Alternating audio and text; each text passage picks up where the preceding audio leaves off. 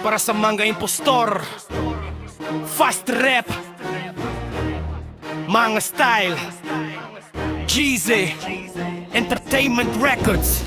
Mic check, aham. This is Jesse, Jay-Z, Entertainment Records. Mic check, aham. This is Jesse. Para sa mga impostor, makinig kayo!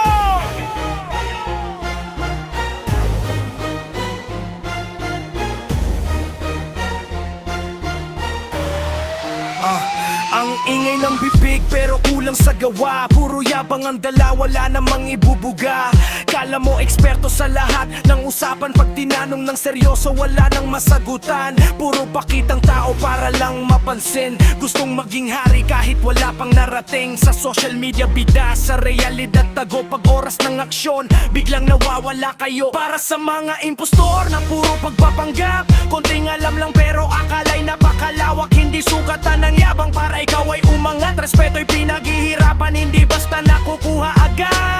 Dahan-dahan lang, baka kayo'y madulas sa sariling kasinungalingan. Kayo rin ang bumutas, ang tunay na marunong. Hindi kailangang magmayabang, tahimik kung kumilos pero siguradong may laman. Habang kayo'y puro salita at puro eksena, kami nagtatrabaho kahit walang kamera. Hindi lahat ng maingay ay tunay na magaling. Minsan ang tahimik pa ang tunay na hari ng reng.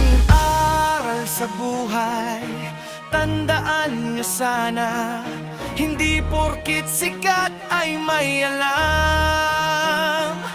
Mas mabuti nang matuto kaysa magpanggap, dahil ang katotohanan balang araw haharap.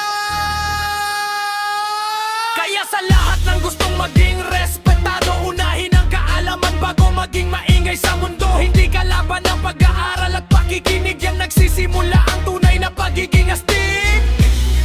Mic check, aham. This is Jesse, Jay-Z, Entertainment Records.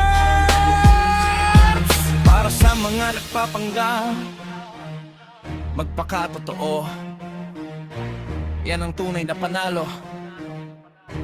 Real Thoughts, Jay-Z.